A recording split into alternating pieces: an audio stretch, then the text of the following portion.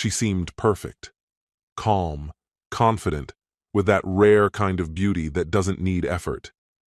In any room, she wasn't just noticed, she shifted the atmosphere. He, on the other hand, always lingered in the background, too ordinary, too reliable. Her love for him felt like an unexpected stroke of luck, a winning bet he'd never placed.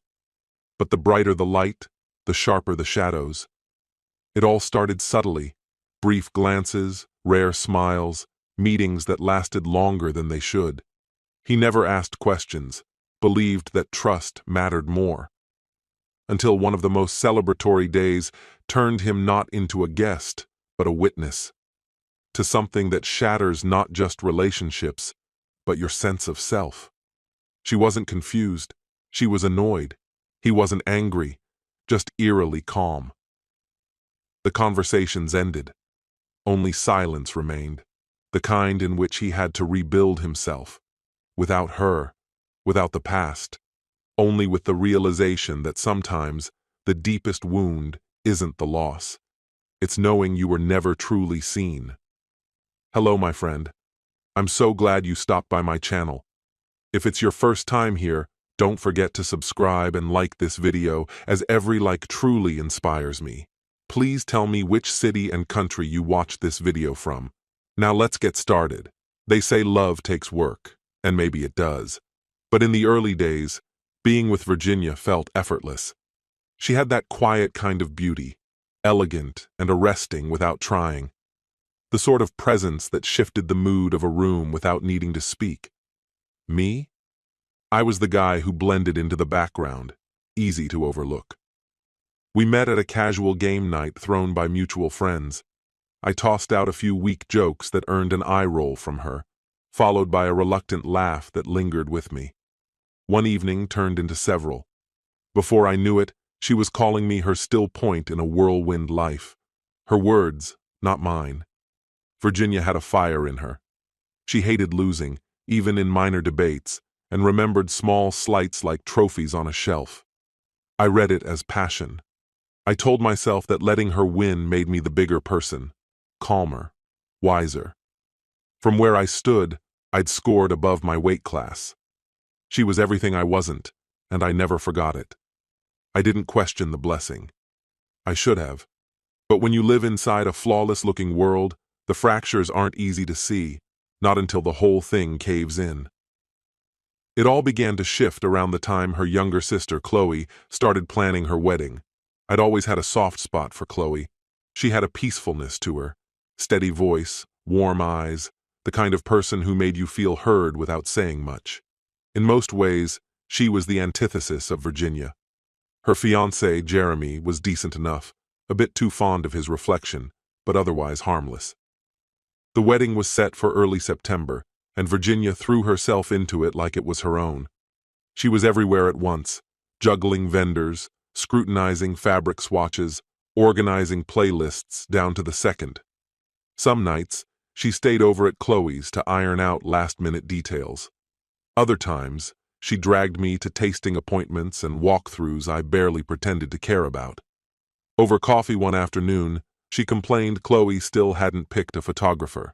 The tone in her voice was sharp, frustrated, as if that one oversight was personal. I shrugged and said, maybe they didn't need one. Keep it simple, I offered.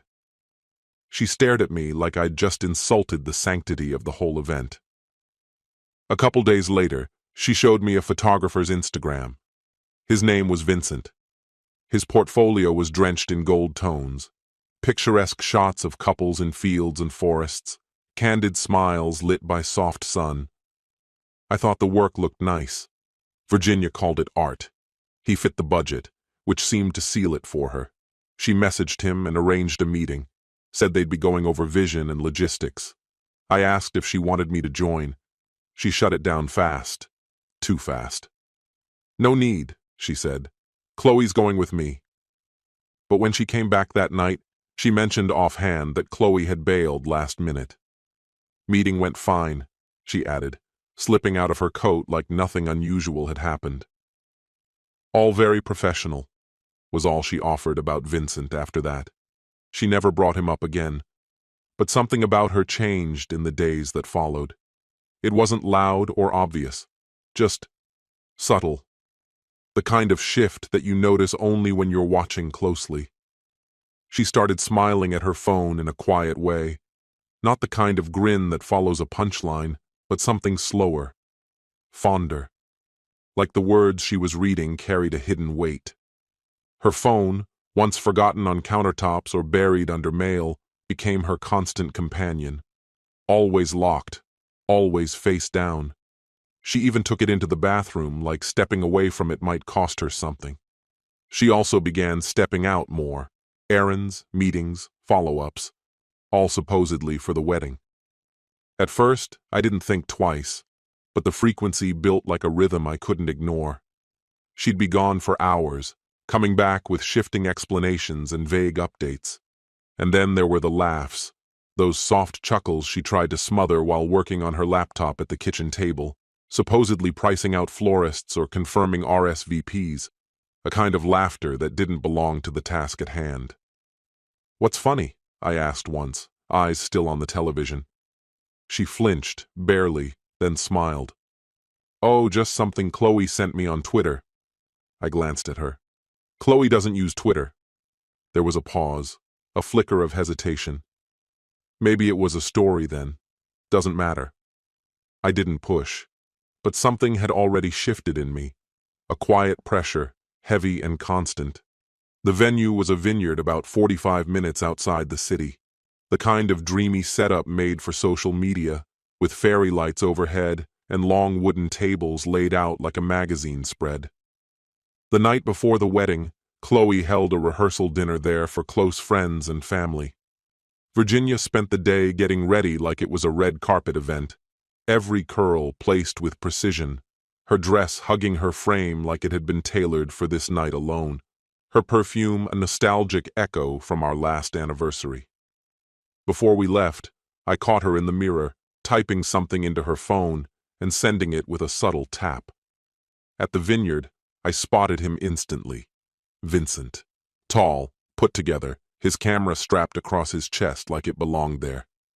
Virginia caught sight of him and gave a quick wave. He returned it.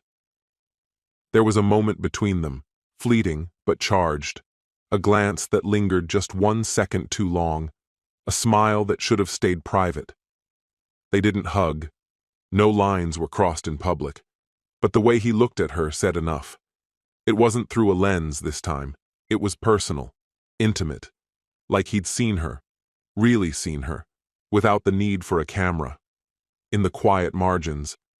They hardly exchanged words during dinner, not when I was within earshot anyway, but I noticed the way her eyes kept drifting toward him. He'd be fiddling with his camera, adjusting settings or framing a shot, and she'd just watch, like he was some kind of artist sketching with light. And when she was sure no one else noticed, she'd flash him that smile, the same one that used to belong to me, the one she used to give her phone when she thought I wasn't watching. I leaned in close at one point, lowering my voice to just above a whisper. "You two seem awfully comfortable." She wouldn't meet my eyes. "He's just here to take photos, Daniel." "Of course," I said, even though everything in me was tightening like a vice. I didn't press, at least not outwardly, but something subtle started settling under my skin. Quiet, relentless. By the time the wedding actually arrived, the vineyard looked like a set piece from some lavish fantasy. Sunlight stretched perfectly across the hills, the flowers were in flawless bloom, and the guests looked like they'd been styled by prestige television. Chloe, the bride, was a vision, straight out of Modern Bride. She was beautiful, softly glowing. Exactly what you'd imagine when you picture someone ready to say, "I do." Jeremy, on the other hand, looked like a man on the verge of collapse. His designer suit clung to sweat before the ceremony had even started. And Virginia? She wore a deep green dress that clung to her like it had no intention of letting go. The slit ran high enough to make heads turn, and she didn't seem to care. Yes, she was gorgeous, but in a way that felt dangerous, like beauty that refuses to be owned, not even by the man who thinks he's earned it. I stayed in the background, not part of the wedding party, just the husband on purse duty, the guy adjusting centerpieces when asked, fetching drinks when no one else would. At the reception, I kept my eye on her. Not because I was jealous, not like that, but something didn't sit right. Virginia's laughter rang louder than usual. Her smile was too practiced, too wide. And now and then, her eyes would slide across the room, landing squarely on Vincent, the photographer. More than once, I caught him already watching her. At one point, he raised his camera and captured her mid-sip of wine. No pose, no pretense, just her, watching him. And then came that smile again, the one I used to wake up beside, the one I thought was mine. My stomach twisted. I told myself not to spiral, that this was all in bounds. Photographers take candid shots, people smile. That's it. But then she vanished. I didn't notice at first. The music was loud, people were dancing, and I was caught in conversation with one of Chloe's cousins. 10 minutes passed, then 15. I started scanning the room. She wasn't on the dance floor. Our table was missing her too. Her clutch sat untouched, her wine glass empty. But no sign of her. Then it hit me. Vincent was missing too. What moved through me then wasn't just doubt. It was something deeper. A heavy, echoing stillness. I began searching. Checked the outer edges of the venue, the hall near the restrooms, the garden out back. Even slipped past the catering tents. Nothing. Then I remembered the coat room, a quiet little alcove near the front entrance, where guests had dropped their jackets earlier. There was no reason to be there now, unless someone needed privacy. I approached slowly, like I already knew what I'd find, and some part of me still didn't want to face it. But I opened the door anyway, and there they were. Virginia was pinned against the wall, Vincent's face buried in her neck, her fingers tangled in his shirt like she was clinging to the last breath of air. They weren't naked, but it didn't matter. The way they moved, the closeness, the intensity, it said enough, said everything. This was happening, really happening, and she was lost in it, oblivious. Neither of them saw me at first. That's how far gone they were. I just stood there, disconnected, like my body was there but I'd slipped out of it. My hands stayed still, fists clenched. My jaw locked so hard I thought something might snap. Then Virginia's eyes opened, mid-breath. She saw me, and her expression changed in an instant. First, shock, then fear. But the worst part? The flicker of annoyance that followed, like I was the one who'd interrupted. Like I was the problem. I didn't yell, didn't throw anything, didn't cause a scene. I simply turned and pulled the door closed behind me.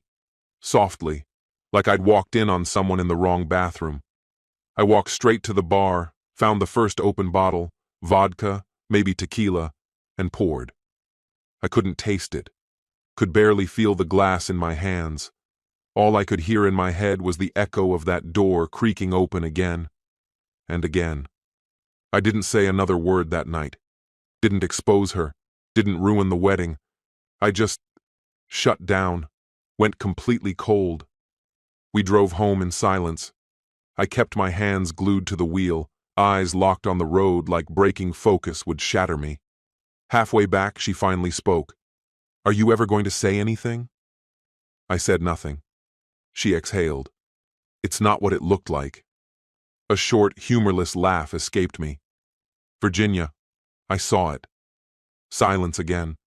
Then she said, You've felt so far away lately. So safe. You're always present, but never alive. I don't know. It wasn't something I meant to do. It just happened." My grip tightened on the steering wheel, knuckles pale against the leather. "This wasn't some careless mistake at your sister's wedding. It was a deliberate choice. You meant to betray me there. That wasn't a lapse in judgment. That was a decision." But what broke me the most? Not a single tear from her. Nothing. Just that cold, guarded look, like I was the one who failed.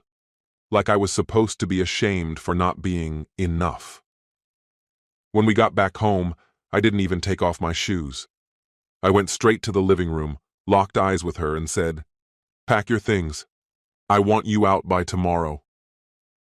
She didn't argue, didn't defend herself, just turned around, walked upstairs like we were strangers, scrolling her phone as if the moment didn't matter, then shut herself away in the guest room. I spent that night stretched out on the couch, staring at the ceiling like it might offer some kind of answer. My marriage had just shattered, right in front of me, and I couldn't even cry. Before dawn, I was already up, not waiting on anything, especially not her. I stopped outside the guest room, knocked once, and said, "Today, you need to be out." She moved slowly, like she didn't believe I meant it, like I might still cave. But by the afternoon, she was gone. No farewell, no remorse. Just the faint click of the front door as it closed behind her. The very next day, I filed for divorce. No hesitation, no late-night reconsiderations, no maybe we can talk, no bargaining. I went straight to a lawyer, signed where I had to, and let the documents say everything I couldn't. There was no drawn-out goodbye, no heartfelt conversation, no tidy ending wrapped in sentiment. Word got around fast. It always does, especially when there's drama. I don't know if Chloe noticed something at the wedding or if someone clued her in, but she called the next morning sobbing. "Daniel, I'm so sorry," she said over and over. "You didn't deserve this. You were always good to her." I thanked her, but my voice was empty. I was still too raw to say more. Meanwhile, Virginia acted like it was just turbulence, something we'd get past. She sent a couple of texts. "Can we talk? And are you really just walking away?" I didn't respond. Then came the flood. "Hey man, you okay? Heard what happened. I'm here if you need anything." Dude, that sucks. You didn't deserve that. People I hadn't heard from in years suddenly appeared, like I was the main character in a story they'd been following from a distance. I became that guy, the one whose wife cheated, the dependable, boring guy who just wasn't thrilling enough. That image? I hated it even more than the betrayal. I started going on long walks at night, just to escape the silence in the house. Hoodie pulled up, music turned all the way up, feet moving without direction. Sometimes I'd walk miles without realizing it. I just needed to feel something. 2 days later, Virginia came back to pick up the rest of her things. I made sure not to be home. Didn't want the awkwardness. Didn't want her in my space. I left and didn't return until the sky was black again. That night, she sent a message. "I know I can't fix this. I know you don't want to hear from me, but I am sorry." I read it once, then closed it. There was nothing left to say.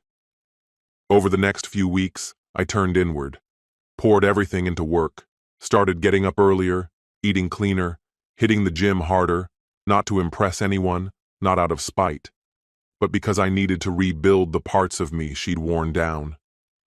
She stayed silent for a while. Then I heard through someone that her fling with Vincent had crashed not long after the wedding.